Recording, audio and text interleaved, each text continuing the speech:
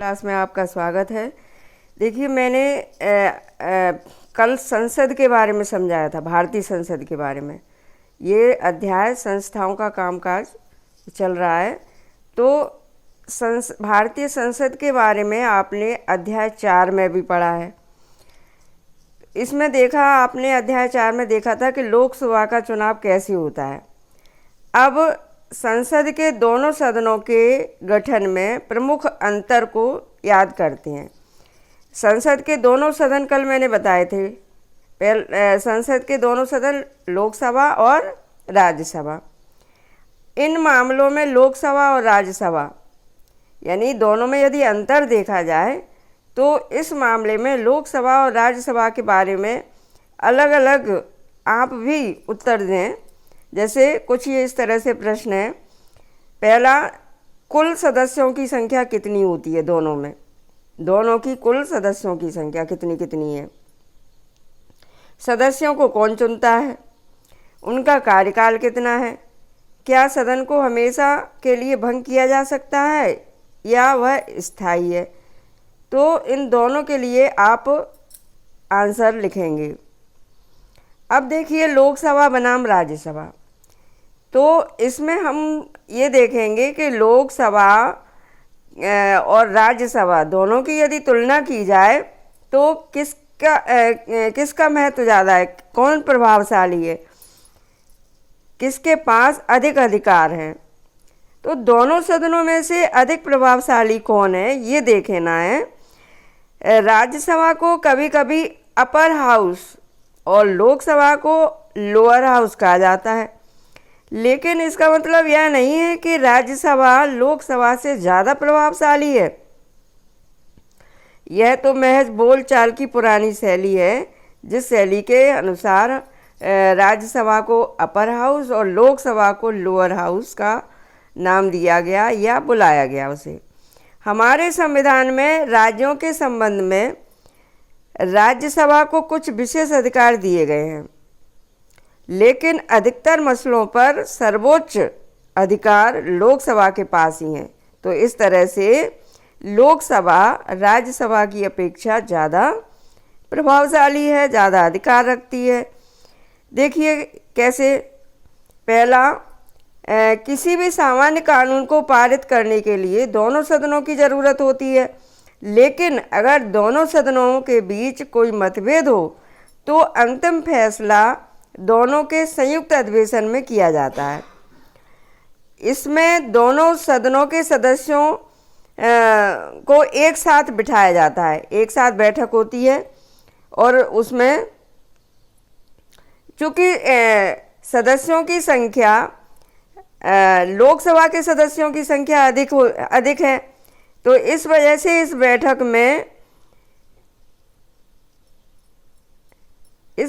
में जो है लोकसभा के विचार को प्राथमिकता मिलने की संभावना ज़्यादा रहती है, क्योंकि लोकसभा के सदस्यों की संख्या ज़्यादा है। अगला देखिए, लोकसभा पैसे के मामलों में अधिक अधिकारों का प्रयोग करती है। लोकसभा में सरकार का बजट या पैसे से संबंधित कोई कानून पारित हो जाए तो राज्यसभा उसे खारिज नहीं कर सकती।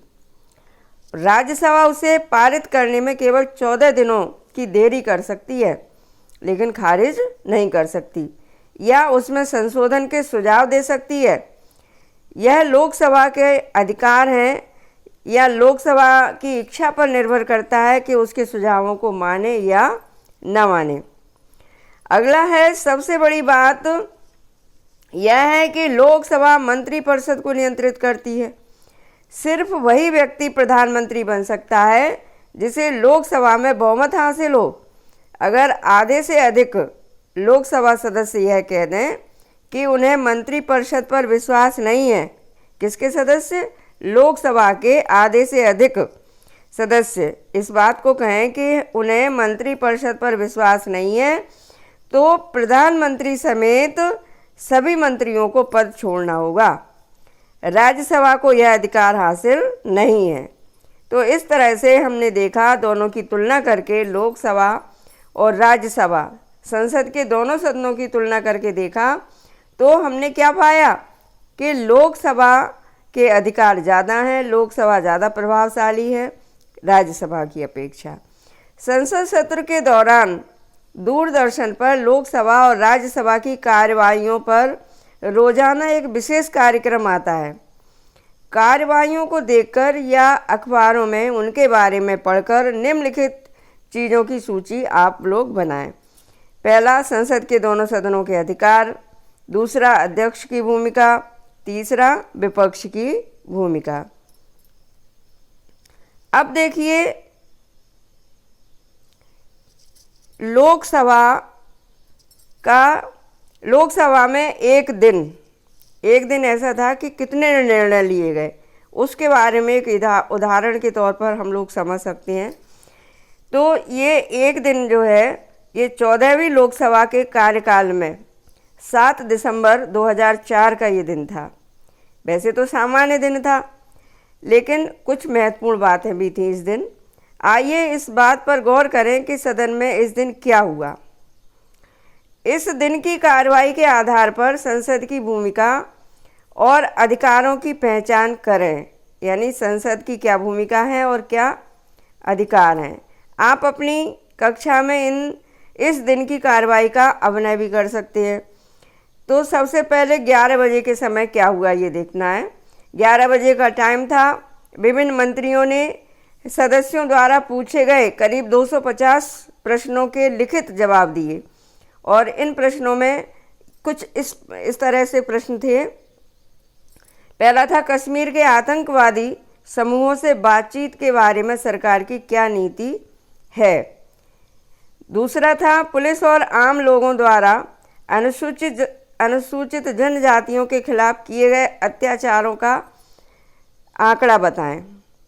तीसरा था, बड़ी कंपनियों द्वारा दवाएं अत्यधिक महंगी किए जाने के बारे में सरकार क्या कर रही है। अब इसके बाद 12 बजे का समय है। 12 बजे ढेर सारे सरकारी दस्तावेज चर्चा के लिए पेश किए गए और इन दस्तावेजों में कुछ इस तरह के दस्तावेज थे, इस तरह की समस्याएं थीं। पहला, भारत तिब्बत सीमा पुलिस बल में नियुक्ति के नियम, यानी भारत तिब्बत सीमा के लिए पुलिस बल की नियुक्ति के नियम। दूसरा, Indian institute of technology Kharagpur की वार्षिक रिपोर्ट। तीसरा, राष्ट्रीय इस्पात निगम लिमिटेड विशाखापत्तनम की रिपोर्ट और लेखा जोखा। अब आया 12:02 का समय। पूर्वोत्तर क्षेत्र के विकास मंत्री ने पूर्वोत्तर परिषद को पुनर्जीवित करने के बारे में बयान दिया और क्या कहा उन्होंने। रेल राज्य मंत्री ने एक वक्तव्य देकर बताया कि स्वीकृत रेल बजट के अतिरिक्त रेलवे को और अनुदान की ज़रूरत है, यानी जो स्वीकृत है उसके अलावा और अनुदान की ज़रूरत है। मानव संसाधन विकास मंत्री ने अल्पसंख्यक शैक्षिक संस्थान विधेयक 2004 के लिए राष्ट्रीय आयोग की घोषणा की। उन्होंने यह भी स्पष्ट किया कि इसके लिए सरकार को अध्यादेश क्यों लाना पड़ा। अब इसके बाद समय आया 12:14। कई सदस्यों ने कुछ मुद्दों को उठाया इस समय, जिनमें इस तरह से थे मुद्दे। पहला था, तहलका मामले में कुछ नेताओं के खिलाफ मामले दर्ज करने में केंद्रीय अन्वेषण ब्यूरो CBI का प्रतिशोधात्मक रवैया। दूसरा, संविधान में एक आधिकारिक भाषा के रूप में राजस्थानी को शामिल करने की ज़रूरत, यानी राजस्थानी भाषा को संविधान में आधिकारिक रूप में शामिल किया जाए, यह ज़रूरत है। अगला, आंध्र प्रदेश के किसानों और कृषि मजदूरों की बीमा नीतियों के नवीनीकरण की आवश्यकता, यानी बीमा की जो नीतियां हैं उनमें नवीनीकरण की ज़रूरत है। अब आया समय 2:26। सरकार द्वारा प्रस्तावित 2 विधेयकों पर विचार करके उन्हें पारित किया गया और ये विधेयक इस तरह से थे। पहला, प्रतिभूति कानून यानी संशोधन विधेयक। दूसरा, प्रतिभूति ब्याज और ऋण वसूली कानून का प्रत्यावर्तन यानी संशोधन विधेयक। और अब आ गया समय 4 बजे। आखिर में सरकार की विदेश नीति और इराक की स्थिति के संदर्भ में स्वतंत्र विदेश नीति जारी रखने की ज़रूरत पर लंबी चर्चा हुई। 4 बजे यानी विदेश नीति पर चर्चा हुई इराक को लेकर के। अब आया 7:17 का टाइम। चर्चा समाप्त हुई, सदन अगले दिन तक के लिए स्थगित हो गई। तो इस तरह से एक दिन की कार्यवाही हम लोगों ने देखी कि संसद में एक दिन में मतलब कितने मुद्दों पर चर्चाएं हुई और कार्यवाही चली।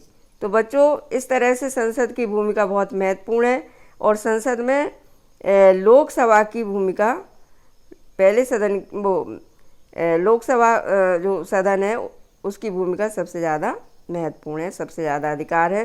तो आज की क्लास यहीं समाप्त होती है। धन्यवाद।